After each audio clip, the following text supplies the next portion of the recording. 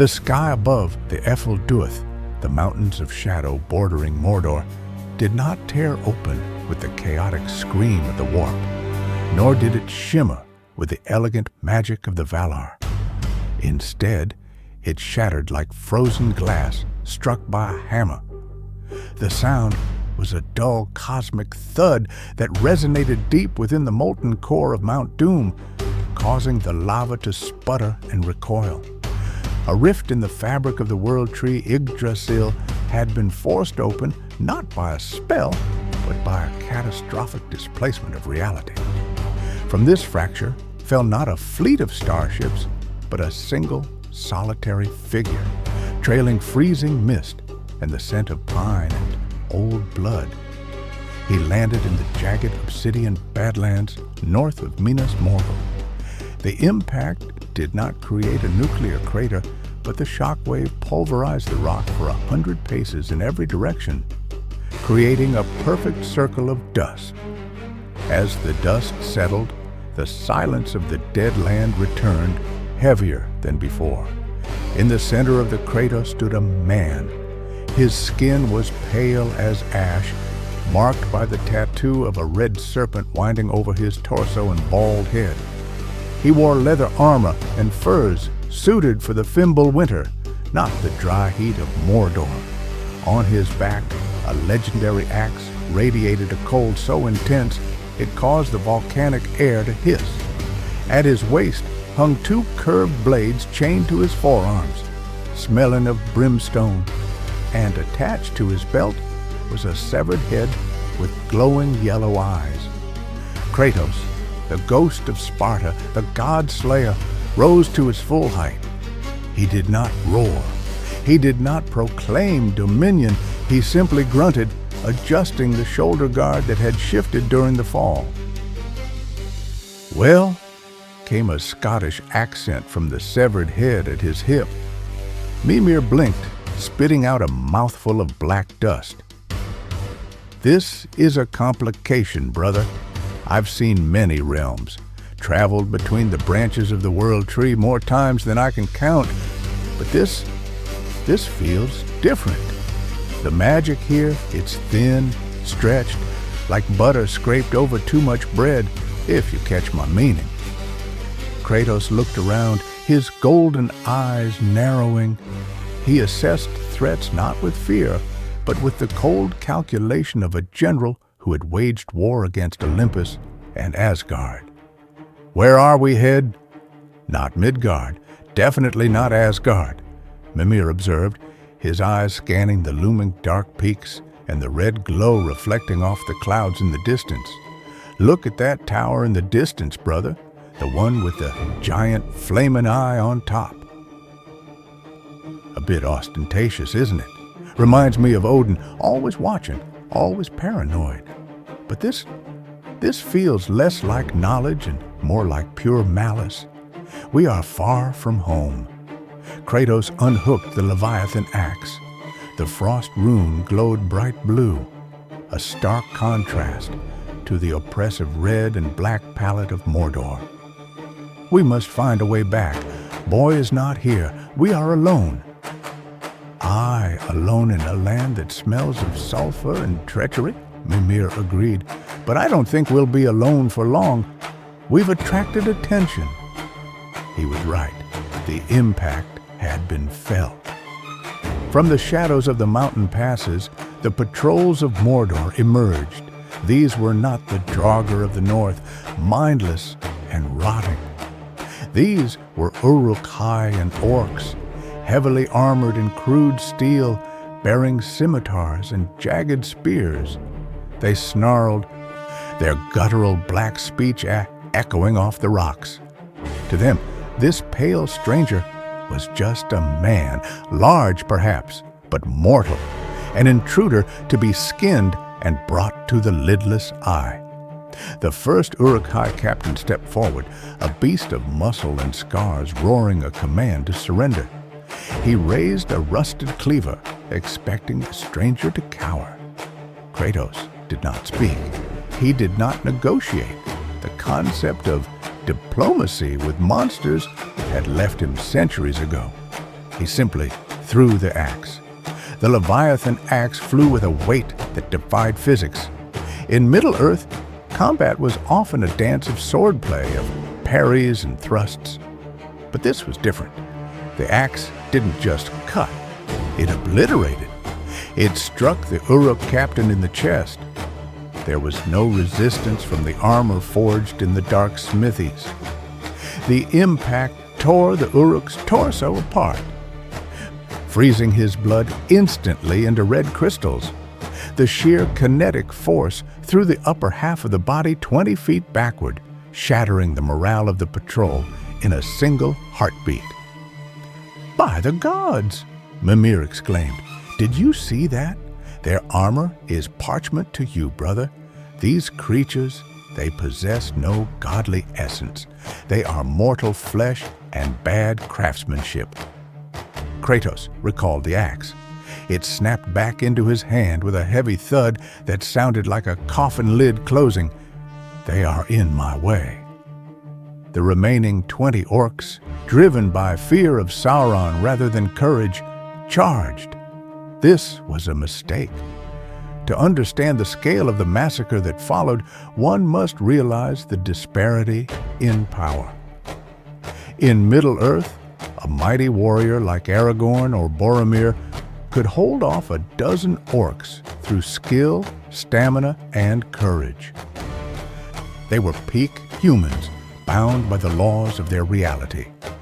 Kratos was a being who had flipped the Temple of Tyr, a structure weighing millions of tons. He had resisted the crushing grip of Atlas. When the orcs swarmed him, it wasn't a battle, it was an industrial accident. Kratos swung the Leviathan axe in a wide arc. The permafrost awakened. The temperature in the canyon dropped 50 degrees in a second. 3 orcs were bisected before they could raise their shields. The frost magic of the axe, born of the giants of Jotunheim, interacted violently with the dark, corruption-based magic of Sauron's creatures. The orcs didn't just die, they shattered. An arrow struck Kratos' shoulder. It bounced off his skin, leaving not even a scratch. The orc archer stared in horror, fumbling for another arrow. Kratos switched weapons. In a flash of fire, the blades of chaos were in his hands. If the axe was precision, the blades were catastrophe. He spun them, the chains extending, turning him into a whirlwind of primordial Greek fire. This fire was not the natural fire of Middle-earth. It was the fire of Hades, burning with the memory of a dead pantheon. It consumed the oxygen in the area, incinerating the orcs instantly. The heat was so intense that the obsidian rocks beneath Kratos' feet began to melt. "Behind you, brother," Mimir warned. A massive Olog high, a battle troll, lumbered from behind a rock formation, raising a stone hammer the size of a carriage. It roared, bringing the hammer down with enough force to crush a tank. Kratos raised one hand. He caught the hammer. The ground beneath Kratos cracked, forming a spiderweb of fissures. But his arm did not buckle. The troll's eyes widened in confusion. This defied everything the beast knew about physics and strength. Kratos looked at the troll, his expression bored. With a grunt of exertion, he squeezed. The stone handle of the hammer crumbled into dust. Before the troll could react, Kratos leaped. He didn't use his weapons. He punched the troll in the jaw. The impact created a sonic boom. The troll's head snapped back, its neck broken instantly, and the massive creature collapsed like a puppet with cut strings. In 30 seconds, the patrol was dead. Silence returned to the Ephel-dûr. "Well," Mimir noted, "that answers the question of physical resistance. Sauron's forces are underwhelming. You're a god of war, brother. These are foot soldiers for a dark wizard. It's like a wolf fighting a litter of blind kittens. They fight with fear, Kratos grunted, wiping black blood from his arm. But they lacked discipline. High atop the dark tower of Barad-dûr, the lidless eye shifted. Sauron, the great necromancer, had felt the disturbance. Usually, Sauron could sense the wills of those in his domain. He could taste their fear, their ambition. But this new presence, it was a black hole. There was no fear to exploit. There was only a burning, cold, white-hot rage that felt ancient. It felt like the rage of the earth itself. Sauron turned his gaze fully upon the location of the disturbance. The eye focused its beam on Kratos. Kratos stopped walking. He felt the weight on his mind. It wasn't a physical weight. It was an intrusion. A voice, slithering like oil, tried to enter his thoughts. "Who are you, stranger? You have great power. Power that is wasted in solitude. I see your pain. I see the ashes on your skin. I see the nightmares of a family lost." Kratos growled, shaking his head. The mental intrusion was strong, stronger than the Valkyries, perhaps akin to Odin's whispers. But Kratos had spent centuries mastering his mind. "Brother?" Mimir's voice sounded distant. "Brother, I feel it too. Someone's knocking on the door of our minds. It's him, the big eye in the sky." "Serve me," the voice whispered, showing images of Atreus, safe, happy, ruling a kingdom, showing images of Faye, alive. "I can rewrite reality. I can give you peace." "Get out of my head!" Kratos roared. His shout was not just sound. It was a projection of Spartan rage. A shock wave of red energy burst from his body, rippling outward. In Barad-dûr, the eye actually recoiled. Sauron felt a sting, a psychic backlash. He had touched a mind that was not merely stubborn, but filled with a trauma so deep and a rage so volatile that it burned the intruder. Sauron realized instantly, this was not a man. This was not an elf. This was a power, a rival. Sauron's strategy changed immediately. He would not try to dominate this being yet. He would destroy it. He sent a mental command to his deadliest servants, the Nine. Kratos and Mimir continued their descent toward the desolate plains of Gorgoroth. The ash cloud swirled above, and suddenly the piercing shriek of the Nazgûl tore through the air. Wraiths, Mimir identified instantly.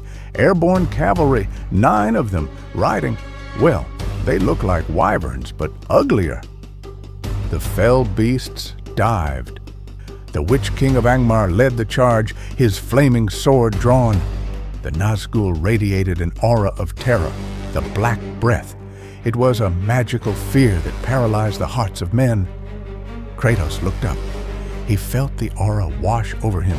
It had no effect. He had stared down the Sisters of Fate.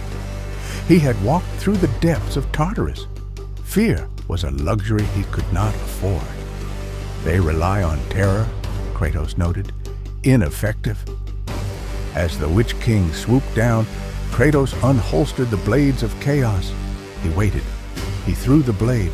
The chain wrapped around the neck of the fell beast. Kratos anchored his feet. With a roar of exertion, he yanked the chain. The fell beast's flight was arrested mid-air. The creature shrieked as it was slammed violently into the cliff face. The Witch King was thrown from his saddle, tumbling onto the hard ground. The Witch King rose. He was a terrifying figure, an invisible wraith cloaked in armor. "No man can kill me," he hissed, his voice like cracking ice. Mimir piped up from Kratos' hip. "Technically, brother, you're not a man, you're a demigod, and I'm ahead. So the prophecy is a bit of a gray area for us, isn't it?" Kratos approached the Witch King. The wraith swung a massive flail. Kratos caught the chain of the flail in mid-swing, wrapped it around his arm, and jerked the Witch King forward. "I am no man," Kratos said, his voice a low rumble. "I am a monster." He head-butted the Witch King. The iron helmet of the Lord of the Nazgûl crumpled. The wraith let out a scream that was not of this world. Kratos followed up with an uppercut from the Leviathan Axe. The frost magic bit into the wraith's essence.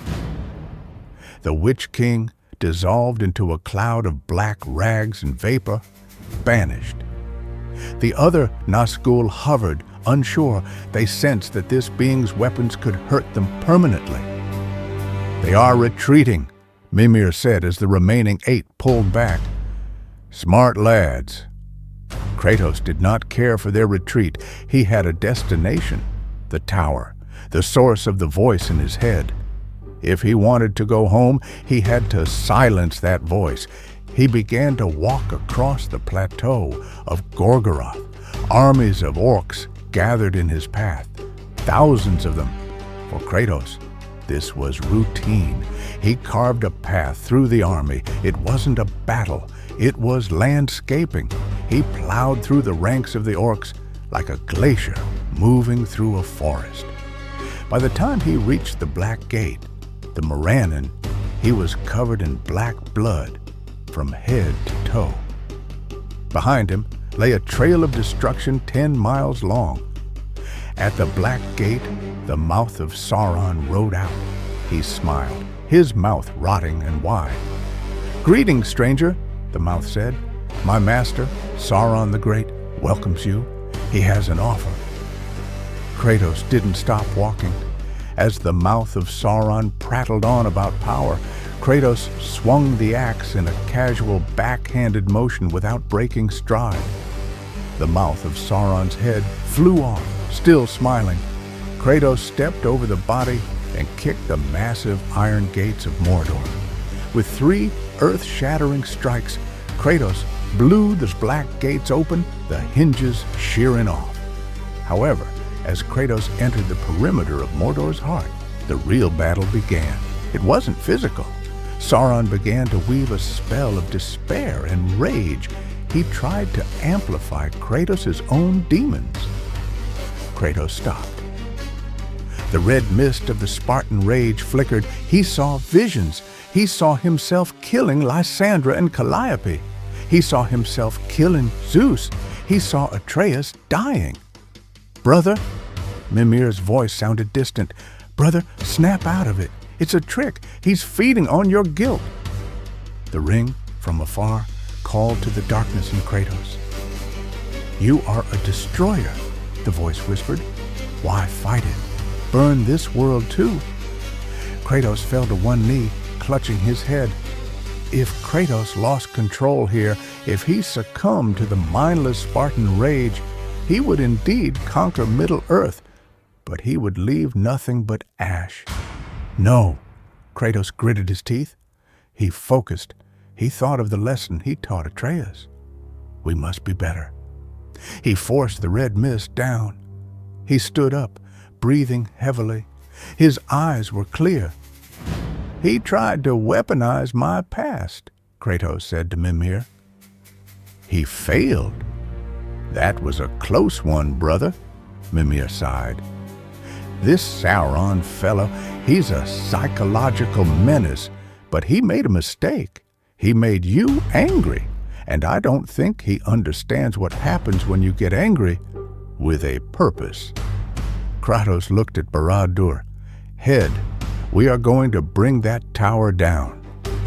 Meanwhile, outside the chaotic path Kratos was carving, Gandalf the White, standing on the walls of Minas Tirith, watched the red lightning storms over Mordor. "What is it, Mithrandir?" Aragorn asked. "Is it the end?" "No," Gandalf said, leaning on his staff. "It is something else. Something foreign. A power has entered Mordor that does not belong to the design of Ilúvatar. Sauron is not attacking us, Aragorn. He is fighting for his life, and I fear that whoever wins, we may be next." Back in Mordor, Kratos reached the base of Mount Doom. Standing in his way was not an army, but an ancient evil. A Balrog stepped forth from the cracks of doom, wreathed in shadow and flame. It roared. Kratos looked up at the demon. "Fire," he muttered. "I know fire." The clash that followed shook the foundations of the world. The Balrog's whip lashed out. Kratos didn't struggle. He pulled. With the Leviathan Axe in his other hand, he unleashed a runic storm. Breath of Tamur. A massive blizzard erupted in the heart of the volcanic wasteland. Kratos emerged from the steam, leaping onto the Balrog's chest. He ripped the Balrog's horns off with his bare hands and plunged them into the beast's eyes. The demon dissolved into shadow. Kratos stood on the slopes of Mount Doom. Barad-dûr was directly ahead, separated by a chasm of magma. He looked at the side of the mountain. A massive boulder, the size of a small house, sat precariously on the edge. Kratos walked over to it. With a roar that drowned out the thunder, he lifted the multi-thousand-ton rock. He threw it at the tower. The boulder smashed into the midsection of Barad-dûr. The obsidian stone shattered. The tower groaned. "Direct hit!" Mimir cheered. "Not for long," Kratos said. He began to run. He sprinted toward the magma chasm and leaped. It was a jump impossible for mortals. He crashed into the side of the dark tower and began to climb. Inside the tower, Sauron's spirit shrieked. He tried to blast Kratos with concentrated beams of dark energy. Kratos deployed the guardian shield, pushing upward step by step. "You do not deny me!" Kratos roared. He reached the summit. He stood before the great eye. Sauron tried one last gambit to shapeshift, to deceive. Kratos didn't wait. He unhooked the Leviathan Axe. It glowed with a blinding white light. "For the tranquility," Kratos whispered. He threw the axe. It didn't hit a physical target. It hit the idea of the eye. The Aether-imbued blade cut through the binding magic of Sauron. The eye exploded. It was an implosion of silence. The tower of Barad-dûr began to crumble. The shockwave threw Kratos off the summit. The dust settled. Kratos pushed a slab of black stone off his chest. Mimir coughed. "Is it over? Did we win?" Kratos looked at the ruins. "The voice is gone." "Well," Mimir said, "that counts as a win in my book. But brother, look." Mimir gestured to the west. On the horizon, Gandalf and Aragorn rode forward, stopping 100 yards from Kratos. They saw the destruction. They saw the fallen tower. Gandalf looked at Kratos with a mix of awe and terror. "Who are you?" Aragorn called out. "Are you friend or foe?" Kratos stared at them. He saw weary warriors. He did not see monsters. "I am leaving," Kratos grunted. He turned his back on the kings of Middle-earth. "Wait!" Gandalf cried. "You have destroyed the Dark Lord. You have saved this world. Who shall we thank?" Kratos stopped. He looked over his shoulder. "Do not thank me," Kratos said. "Be better." He walked away, leaving the people of Middle-earth to rebuild their own world. So, to answer the question, could Kratos survive Middle-earth? The answer is yes. Kratos is leagues above anything in Middle-earth. Trolls, dragons, and Balrogs are standard enemies for him. He has resisted the magic of Odin and Zeus. Sauron's domination magic requires a desire for power, which Kratos no longer possesses. He conquers the threat, but refuses the throne. But here is the question for you. If Kratos had arrived during the First Age and fought Morgoth instead of Sauron, would the outcome have been the same? Or would the scale of Ankh-Legan the Black finally be a match for the Ghost of Sparta? The ash of Mordor still clung to his boots as Kratos walked away from the ruins of Barad-dûr. The silence behind him was absolute, a vacuum left by the destruction of a dark lord.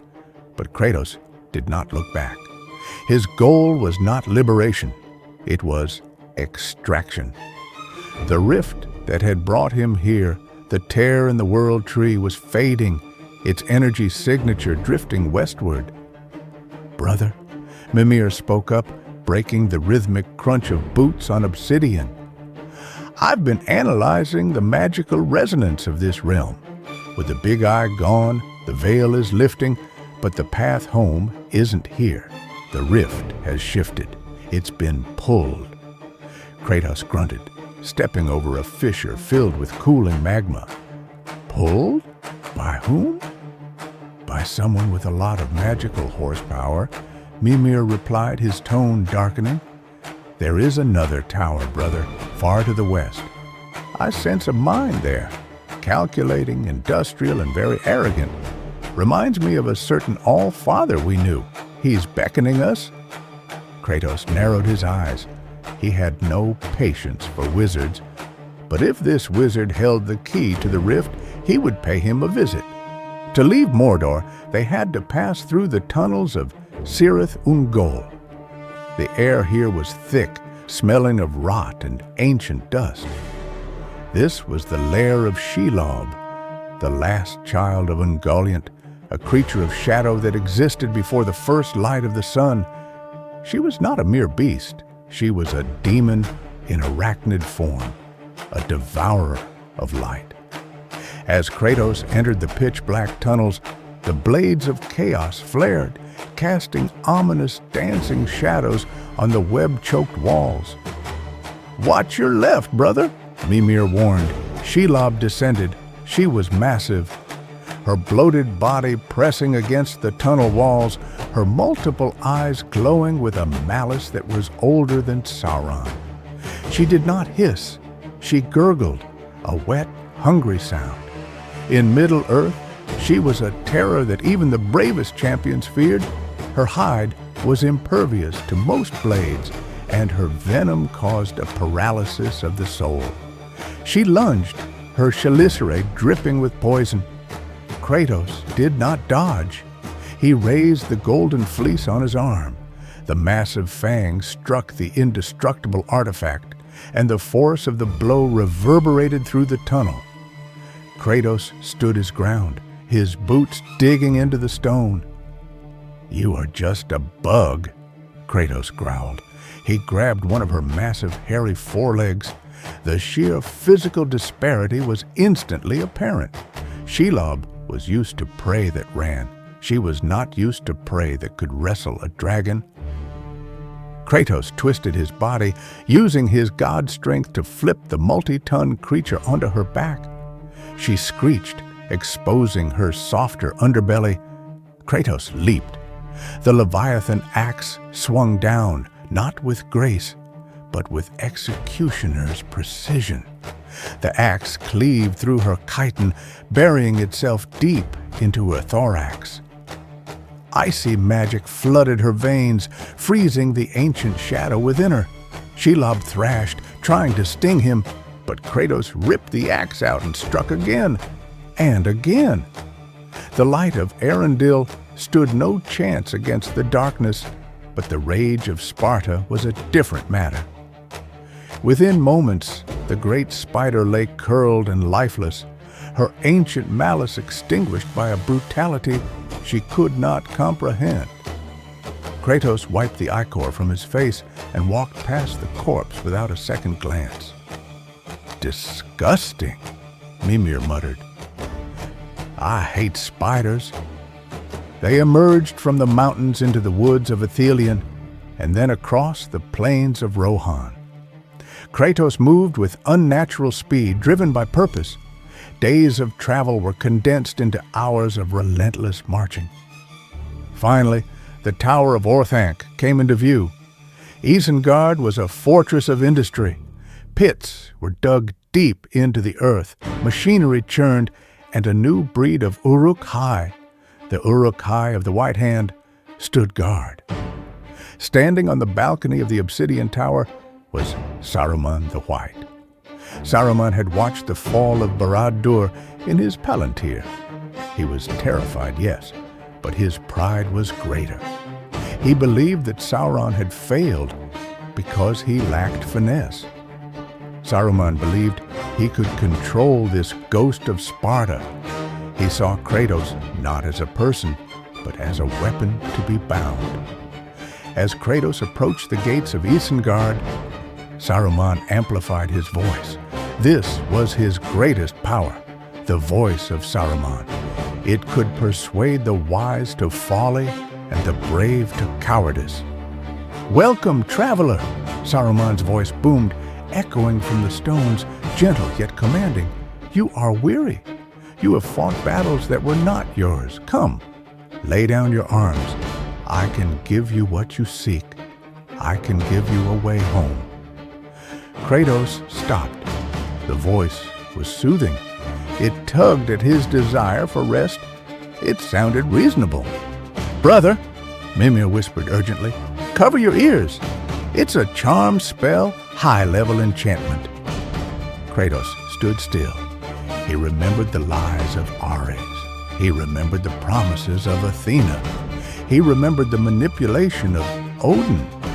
The voice of Saruman was potent, capable of bending the will of kings like Theoden. But Kratos' will had clawed its way out of Hades. "I do not want your gifts, wizard," Kratos shouted back. "I want the rift." Saruman's face twisted. The mask of benevolence slipped. "You are a brute, a tool without a handle. If you will not serve, you will be dismantled." Saruman raised his staff. He did not send orcs. He used the machinery of Isengard. He triggered the dam. The river Isen, held back by massive sluice gates, was unleashed. A wall of water, thousands of tons of it, roared toward Kratos, carrying trees, boulders, and debris. It was a force of nature designed to wash away armies. Kratos planted his feet. He did not run. He breathed in deeply.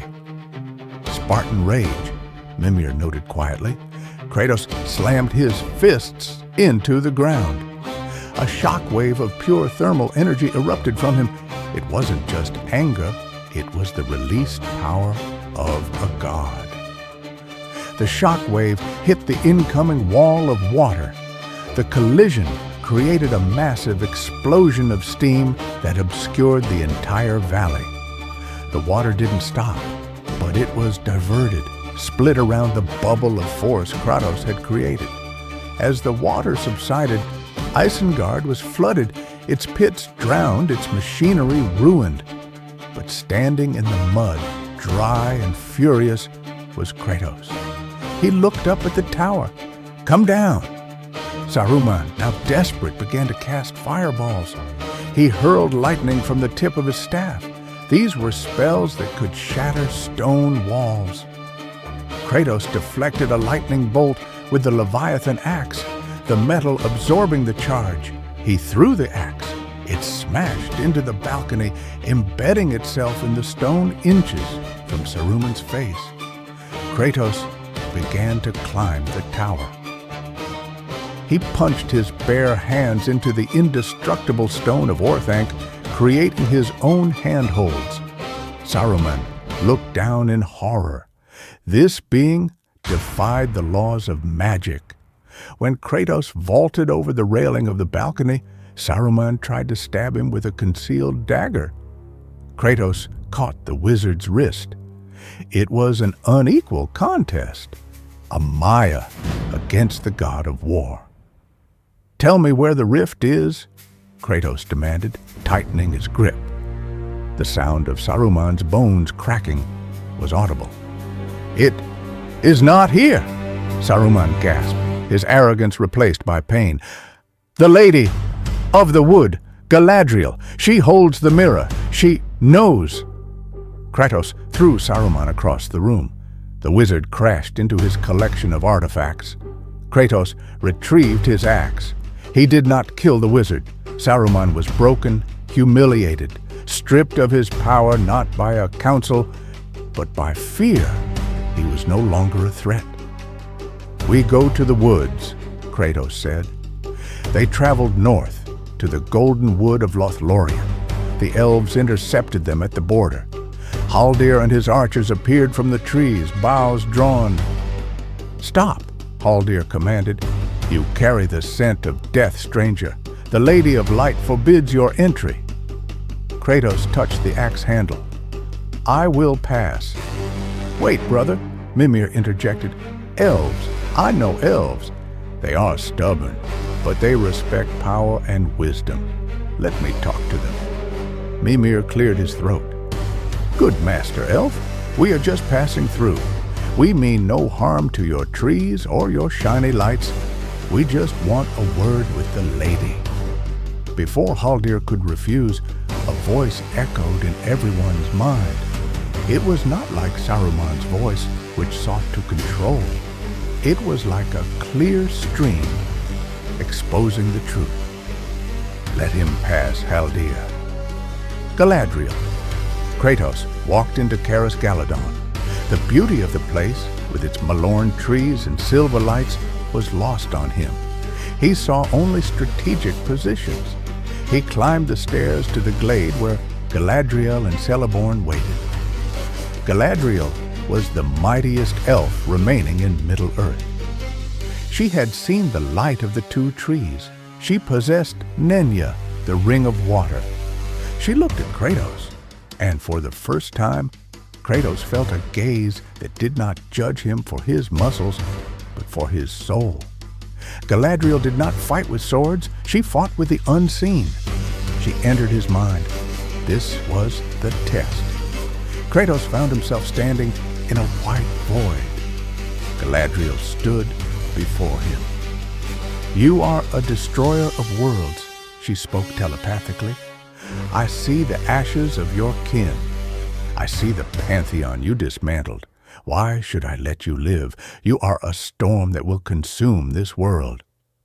Kratos looked at her. "I do not seek this world. I seek my son." "And if you must burn Arda to save him?" "Then I will burn it," Kratos said simply. It was not a threat. It was a fact. Galadriel paused. She looked deeper. She saw the change in him.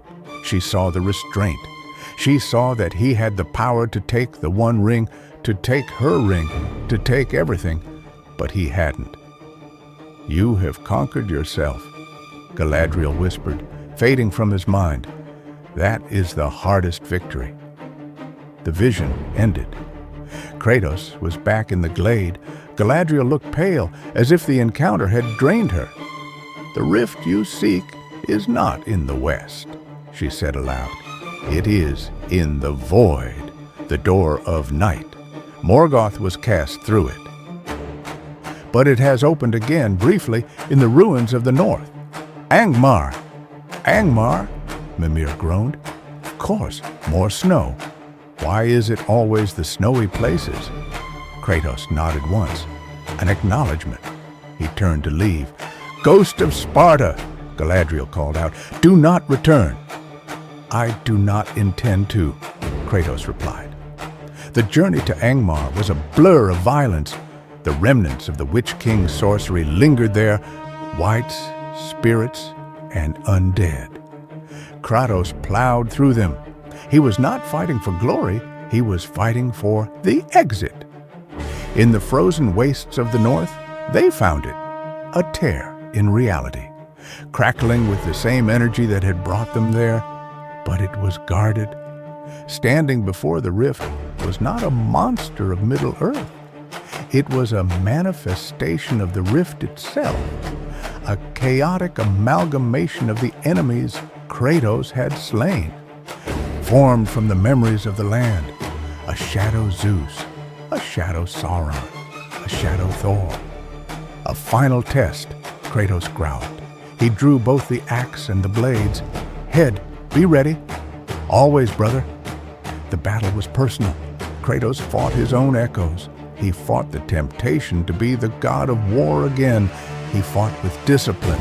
He parried the shadow lightning. He dodged the shadow mace. He unleashed a Spartan rage that was focused, white-hot, and controlled. With a final earth-shaking scream, Kratos drove the blades of chaos into the center of the anomaly. The fire of the blades burned the shadow away, destabilizing the rift. The portal began to suck everything in: the snow, the rocks, the air. Kratos dug his blades into the ground to anchor himself, then realized he needed to go in. "Hold on, head." Kratos let go.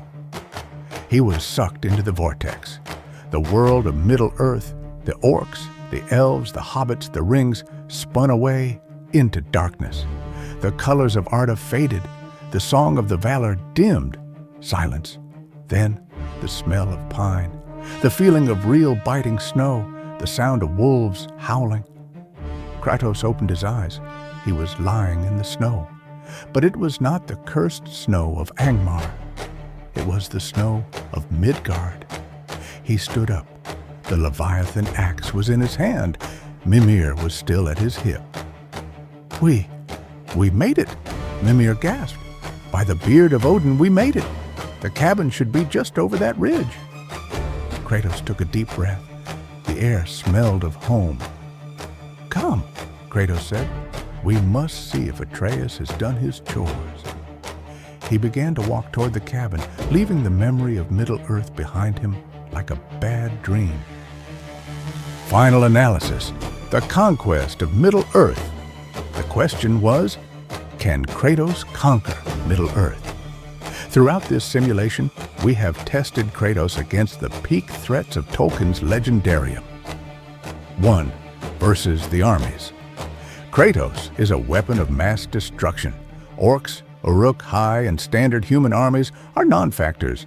His stamina is limitless compared to mortals. 2. Versus the monsters. Shelob, trolls, and fell beasts fell easily. Kratos' strength feats, flipping Tyr's temple, vastly outscale anything biological in Middle-earth. 3. Versus the magic. This was the only real threat. Sauron and Saruman attempted mental domination and elemental attacks. However, Kratos' resistance to high-tier divine magic, Zeus to Odin, allowed him to brute force his way through the subtle magic of the Maiar. 4. Versus the spirit. Galadriel saw that Kratos could not be corrupted because he had already lived through absolute corruption and rejected it. Conclusion: Kratos dominates Middle-earth physically and mentally. He could take the One Ring and likely destroy it through sheer willpower or ignore it entirely. He conquers not by sitting on a throne, but by proving that no force in Arda can stop him from walking where he pleases. In a world of rings and lords, the god of war is the only free man.